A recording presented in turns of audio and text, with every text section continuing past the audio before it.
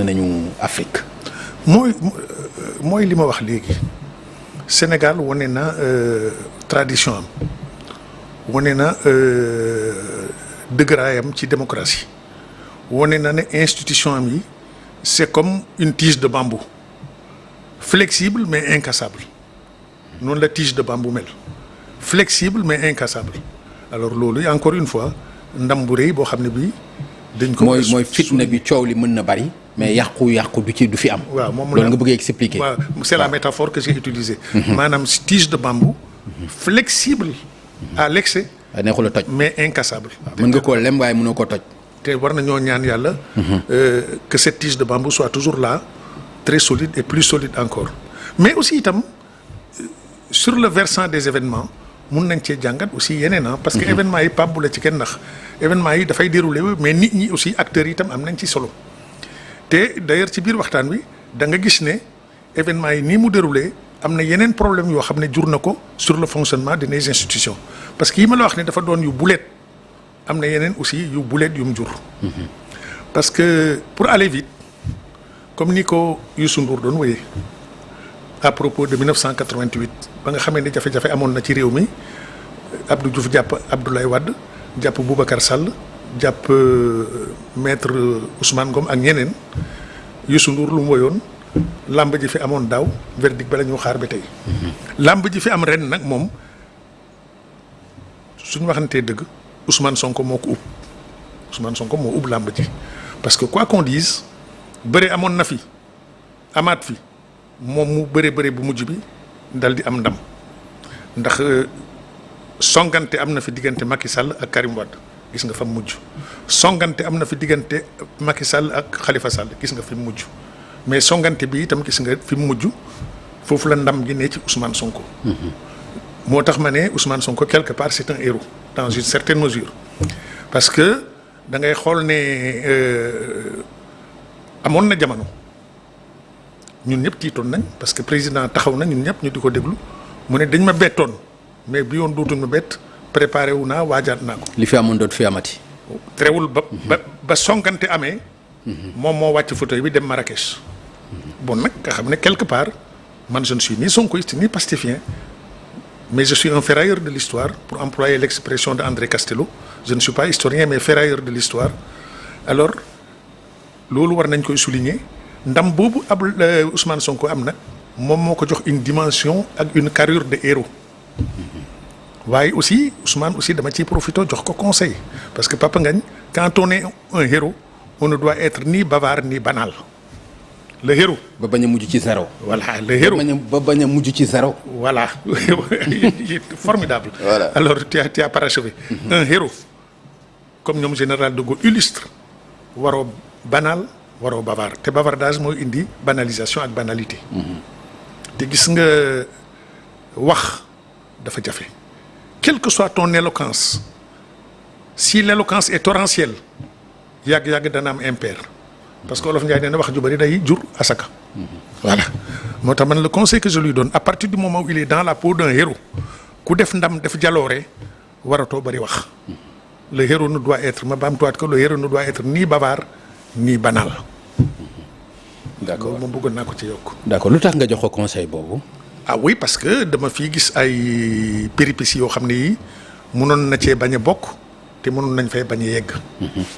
am na wax ju mu wax devant le grand théâtre am na wax ju mu wax Colobane bon encore kuy wax yooyu aussi ñaari jàngat am na ci te xam nga politique it dafa neexul analyser parce que da nga dul xam ce qui relève de la franchise totale ak ce qui relève du tout politique parce que tout politique moo di xam nga nag y a la guerre psychologique. La surenchère xam nga la surenchère est un élément de l'arsenal politique. te Ousmane Sonko itam dafa nekk ci xeex avec des adversaires donc léegi il peut utiliser la surenchère ñu foog ne il est dans la franchise totale alors qu'il est dans le tout politique. parce que surenchère moo di fuural yëngal di fuural ça fait partie aussi de l'arsenal politique. mais dans tous les cas de figure à partir du moment où moom c'est un acteur politique pas comme les autres te su ma nee c'est un acteur politique pas comme les autres mun naa ci yokk sax leneen te dañ ci àggaat ci waxtaan wi parce que de quoi s'agit-il soo déggee ma ne il est dans la peau d'un héros Ousmane Sonko moo fal Diomaye c'est-à-dire pour schématiser ma pensée Diomaye est élu par le peuple sénégalais. Moi qui vous parle, je suis républicain jusqu'au bout des ongles, démocrate jusqu'au bout des ongles. Mon président, votre président, le président des Sénégalais s'appelle Diomaye Faye. Ça ne se discute pas. Donc de ce côté, amul lu ñuy lam-lamee. Mais c'est Ousmane Sonko qui l'a catapulté.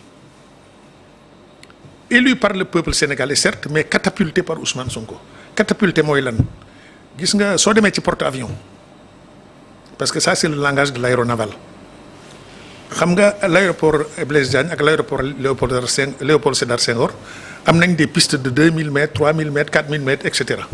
moo tax avion bi mun nay daw lu yàgg soog a décoller mais porte-avions ay 300 mètres 400 mètres lay am pour nga mun a décoller parce que beneen technique la pour nga mun a décoller avion bi su décoller 300 mètres rek lay daw avant mu daanu géej am na catapulte bu koy dóor ci taat yi tël avion bi tëb comme ça du daanu géej. moom la ñuy wax catapulte. avion bi day apponté xam nga porte-avions mënuñu wax atterrir. dañuy wax pont day apponté mais su apponté ba pare su buggee décoller su dawee 300 mètres dafa gàtt pour ñu bañ mu daanu géej duñ koy dóor catapulte catapulte boobu nag mooy tax mu dem. donc pour utiliser la métaphore de l'aéronaval je peux dire que Ousmane Sonko moom moo catapulté Diomaye. moo tax gis nga aujourd'hui on est dans une situation bu xaw a compliquée boo xam ne bii jur na lu demee nii. Bicéphalisme, alors que la constitution sénégalaise ne peut pas accepter le bicéphalisme.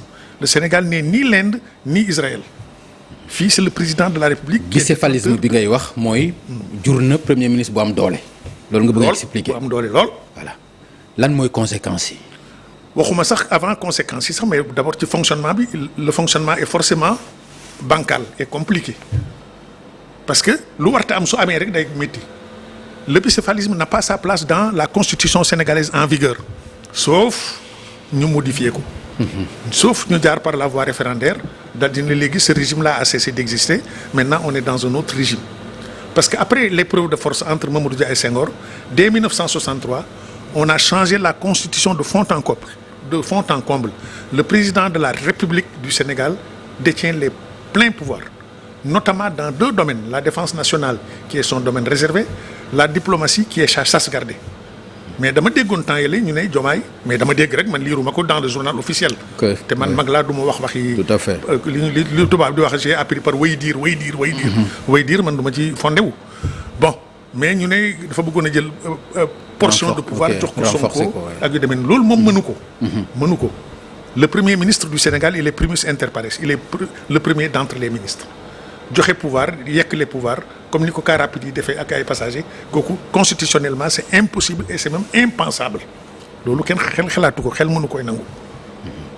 moo tax nag ma ne te loolu itam li ko waral moo di le gabarit politique le leadership politique impressionnant incommensurable et démesuré de Ousmane Sonko mooy li ma la wax léegi ma ne c'est un héros ce qui crée sax d'ailleurs une perception. Parce que Sénégalais yi soo leen di déglu ñuy wax bon la perception n'est pas la réalité les deux mots ne sont pas synonymes waaye nag la perception aussi am na importance de parce que nit ñi ñooy fal nit ñi. comme nit ñi nag ñooy fal nit ñi rab yi duñ fal nit ñi béy yi duñ fal nit ñi li ñuy xalaat it war nañ koy may xel nit ñi nag ni ñu ko gisee nee nañ y a un fantôme qui habite le palais et un fantomas qui évolue à la primature. loolu nag xam nga ça pose problème. Un fantôme au palais et un fantomas à la primature. Mais enfin.